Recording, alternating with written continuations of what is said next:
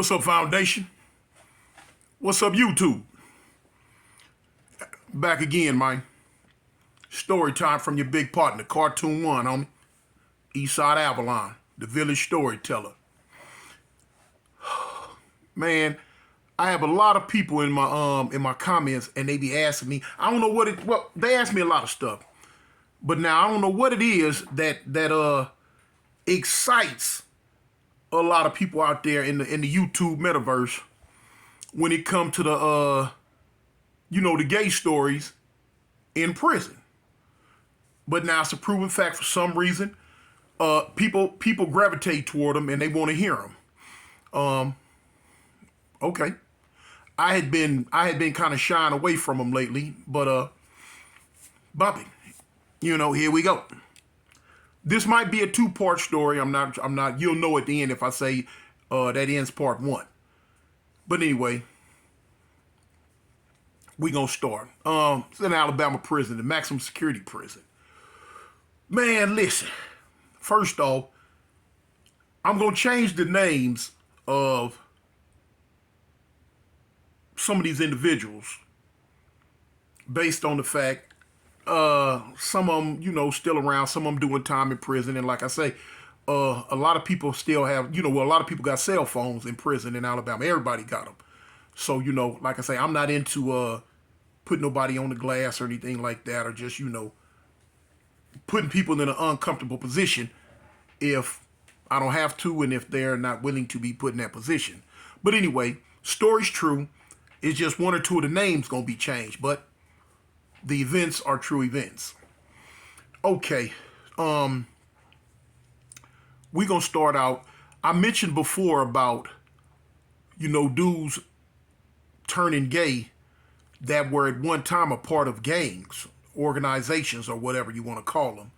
And usually, like I say, out here, they'll take them and they'll burn, they'll go ahead and whoop them, beat them, whatever they're going to do with them.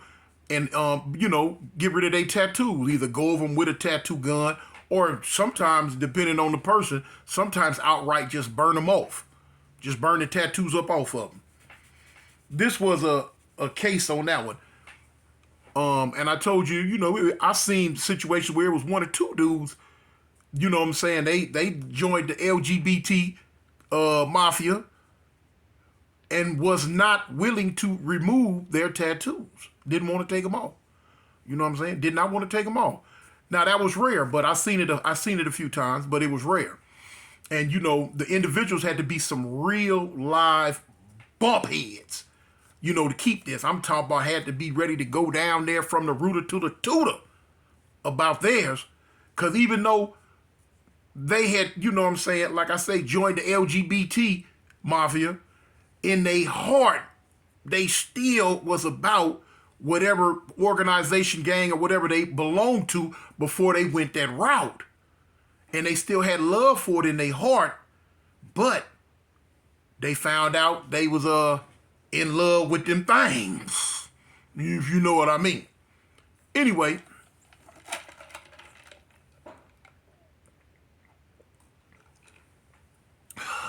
this is a situation right here about one of them type incidents, y'all.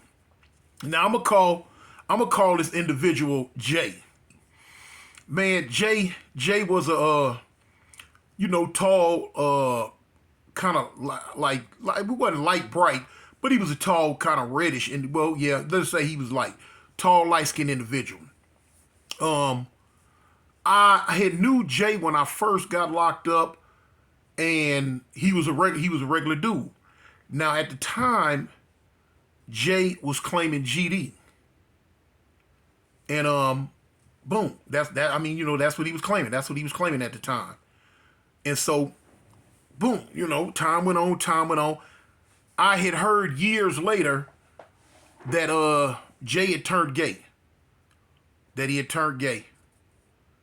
And I'm like, when I first heard it, I didn't believe it at first. I'm like, Jay? Tall, light-skinned Jay? With the cuts, cut up?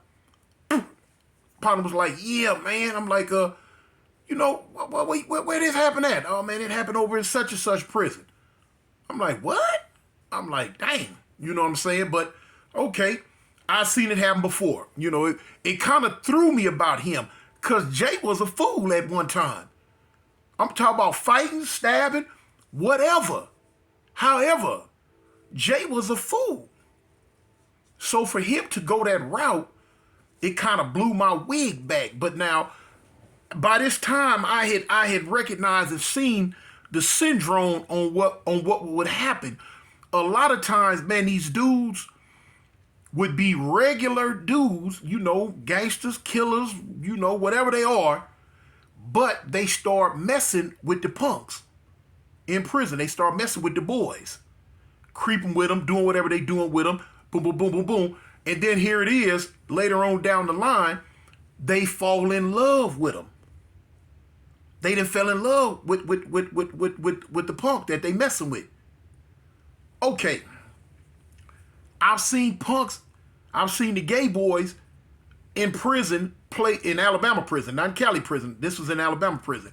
They have played a game. They have really played a game. It's like they had their little system down pat to where once they thought they had a dude hooked on that fish hook, they gonna try to flip him. That was their main objective because for one thing, they mad because somebody done flipped them 9 times out of 10.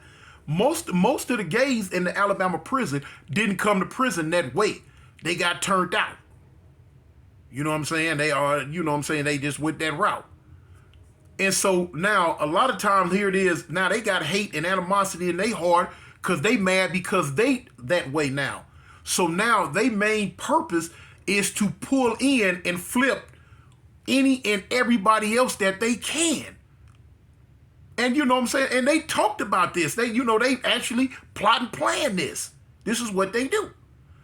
So now, you know, dudes who jumped off into that way of life, who didn't have no strong, solid foundation up on them, next thing you know, now they done crossed over to the dark side.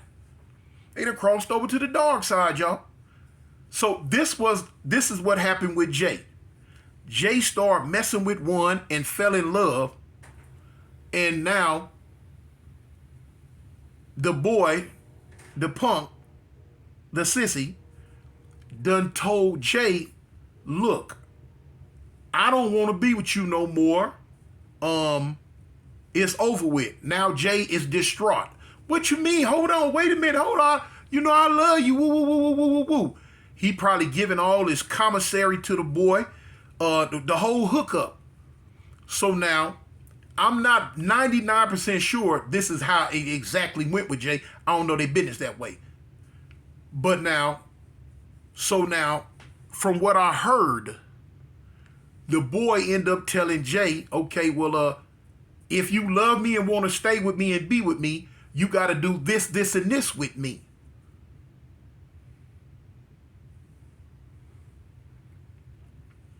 There it went. I guess Jay was so in love that he went on and did this, and this with the punk. Now the punk got something on Jay. Now the punk got leverage on Jay. So now here it is behind closed door, Jay and whatever gay boy that he messing with, they doing whatever in the wee hours of the night.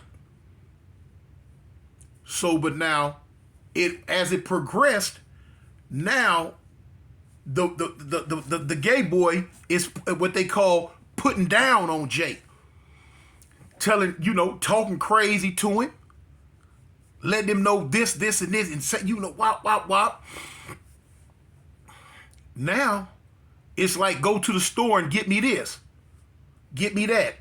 So now, in Alabama prison, Jay is paying what they call hush money. Jay paying what they call hush money. Hush money is when you done did something with one of these sissies and you don't want your people to know of whatever. You don't want the people to know. And especially whatever organization or gang you belong to, you don't want them to know. So now you spending the money that your mama send you, your wife send you, your girl send you, your kids, family, friends, whatever. The money that they send you, you paying it to the boy, so the boy won't go spread the word. Hey, look, yo, hey, you whatever, whether you be Crip, Blood, Disciple, Vice Lord, BD, BG, IGD, BGD, whatever you a part of. Now the boy is going is letting you know, man, go to the store and get me this, or I'm going to them, whatever perspective group that you belong to, and let them know you did this, this, and this with me. I've seen it a million times, y'all. I've seen it a million times. Why I'm kind of ad-libbing on how that probably went, but I'm knowing most likely 9 times that's how it went, because I've seen it go that way over and over and over. After 23 years, I've seen it go that way over and over and over. So anyway, I guess it got to the point to where, you know what? Jay was like, bump it, man. I guess he got tired of paying hush money. I guess he got tired of being extorted and all that. And he was like, bump it. Jay ended up beating the boy he was messing with up.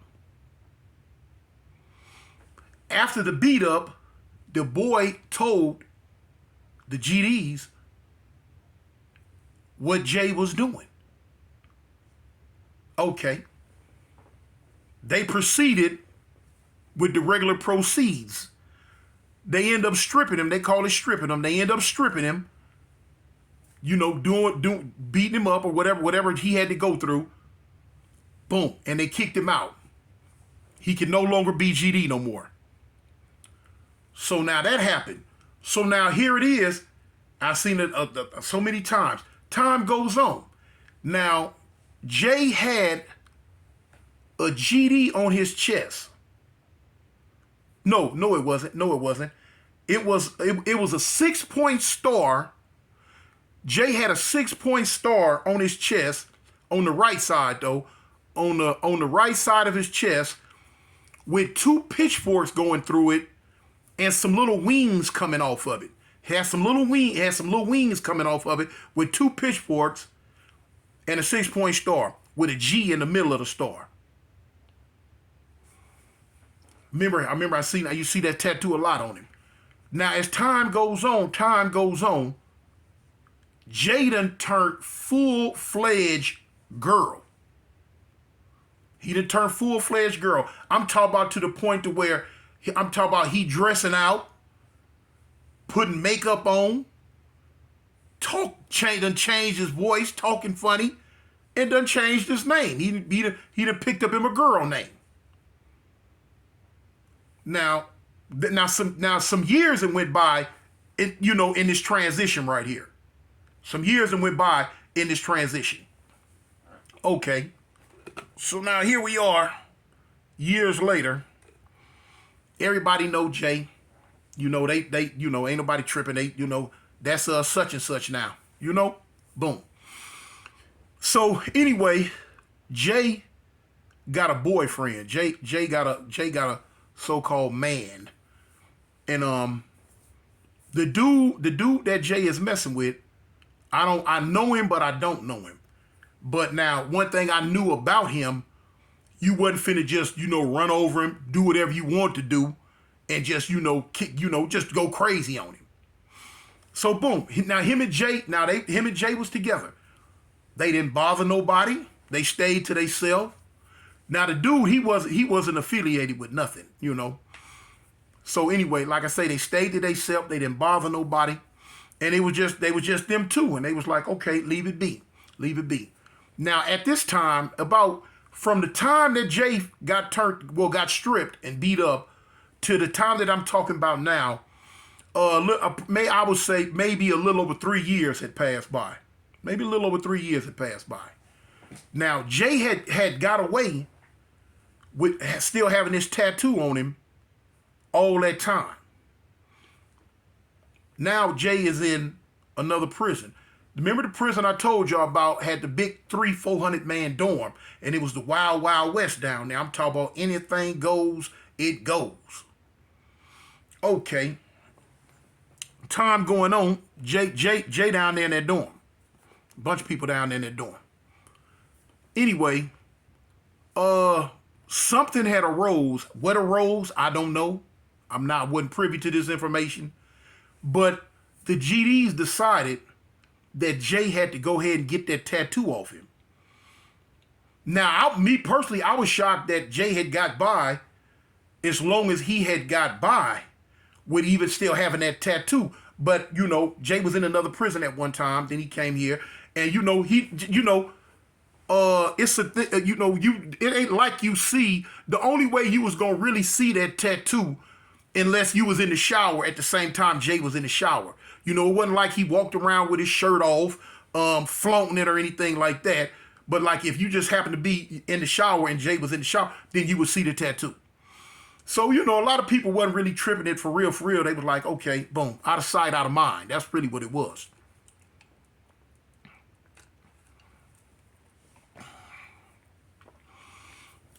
So anyway, like I say, Jay was out here in this big dorm with his man. And like I say, lo and behold, somebody decided that tattoo had to come off. So they went to Jay and they told Jay, the GDs went to him and told him, hey, look, hey man, you got to get that tattoo off. That tattoo got to come off. So like I say, Jay was a go-getter before he put this skirt on. Now, even with the skirt on, Jay was still a go-getter, but now he acted like a girl and all that. He was respectful. He stayed out everybody's way. You know what I'm saying? He did the things that somebody of his stature now supposed to do. He stayed in a girl's place. But now here it is. At first, they don't go straight to Jay. They go to Jay's man and they tell him, hey, look, man, Jay got to get that, he got to get that tattoo off his chest. So you know what I'm saying? I was not 100% privy to exactly what words were passed and how that conversation went, but I know they told the man, the so-called man in the relationship, that, hey man, your boy, he got to get that tattoo off, man. You know what I'm saying? He got to get that tattoo off him. So, from what I understand, the dude went back to Jay and told Jay, hey, look, them dudes approached me. They say that tattoo got to come off. Jay wasn't willing to take it off. He wasn't willing to take it off. So, I believe the dude, Jay, told his man, hey, look, you let them dudes know, man, look, I don't bother them. I don't get in their way, but I'm not taking my tattoo off. So the so-called man, he go back to the GDs and he tell me like, look, man, I talked to Jay. Jay say he don't want to take that tattoo off. Like, what? So time goes on. They left it alone for about another 2-3 months. They left it alone. Another dude came to the camp from another Max camp, and I believe he had a little rank. Matter of fact, I know he had a little rank because I know him. He was from Birmingham. He was kind of high ranking in that GD thing. I guess, and he had been there for about 2 weeks.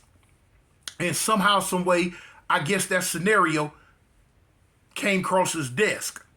And so I guess he was, like, what? Okay, he didn't live out in the dorm. He lived up on what they call the G yard. He made it his business to come down to the dorm, to the Wild Wild West, and check on this situation himself. I seen him when he came through the door, and I know him well. So when he came through the door, I peeked him. I'm like, oof. When he came down, he got 4 more GDs with him. I'm like, oh, shoot. What this about? You know, I'm on point. You know, you got to be on point. You got to watch. You got to watch. Okay. So now when I seen where they was going, the main thing on my mind, okay, it ain't got nothing to do with the Crip gang. I'm finna play spectator role right here. Ain't got nothing to do with me and my people. So now I seen them when they came in, they went straight to Jay and his man. Now I can't really hear exactly what was being said, but it was a lot of this.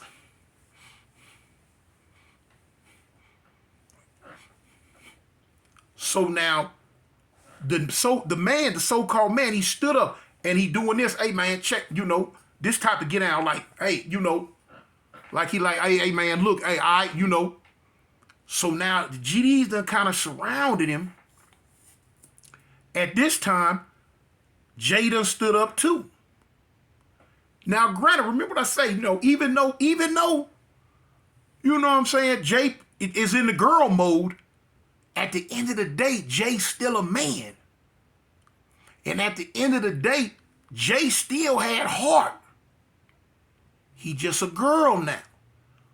And Jay's man was already a fool himself. He just wasn't a part of nothing. But I know how this conversation is probably going. So now, all the GDs, they doing like this here. Well, the leader of them, the one the shot called, I'm like, oh, yeah. They turn around, they leave. They go back out the door. So now it's people around that was around they bunk, because they sat at they bunk all day. They didn't bother nobody. They sat at that bunk all day and kicked it by themselves. They ate together. They slept together. They done messed the count off, the prison count off, a couple of times. When the police come through 6 o'clock in the morning to do that early morning count, and they be counting Jay and his man in the bed together wrapped up like snakes. And the police mess the count up because they counting one person when they don't know, because the cover's up high. They don't know it's two people in this bed. I done seen them get in trouble, had to get took to the shift office a couple of times for that. So anyway, they leave. So, you know, I'm nosy as a big dog. I want to know what the heck was said. Now, of course, I'm not finna go to Jay or his man and ask him. You know what I'm saying? You know, it ain't my business. But now, I single out a dude who slept across from them, who was sitting on his bed writing a letter or doing something. I eased over there to him later on. Like, come here, man. I say, homie, I said, man, what was that about? What happened? He was like, man, look, them GDs come down here and they told Jay and his man, look, that tattoo got to come off. They not playing with them no more. They serious. It got to come off. I'm like, what? So, what old boy say? Old boy was like, man, look, if Jay want to take that tattoo off, Jay gonna take the tattoo off, and but now if Jay don't want to take the tattoo off, I can't make him, and I'm not gonna make him. You know, we don't fool with nobody, we don't bother y'all. We just ask that y'all leave us alone and just, you know, let us be at peace, man. We ain't trying to step on y'all toes. So the GDs was telling, man, as long as that tattoo on him, you stepping on our toes. This boy a punk now. He can't have that on him. You can't be disrespecting what we got going on. No, that got to come off. So the dude tell me that Jay was like, man, y'all need to raise up off of me. Leave me alone. This, that, and the other. Woo, woo, woo, woo, woo. Boom. So now the dude tell him, you got, what he said, I think 2 days or 3 days, something like that, to get this tattoo up off of you, or we gonna deal with you. Now look here, man. This is the end of part 1. Y'all stay tuned for part 2, man. I'm going to end it at part 2.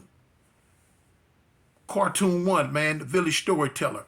Avalon Gangsters. I'm out.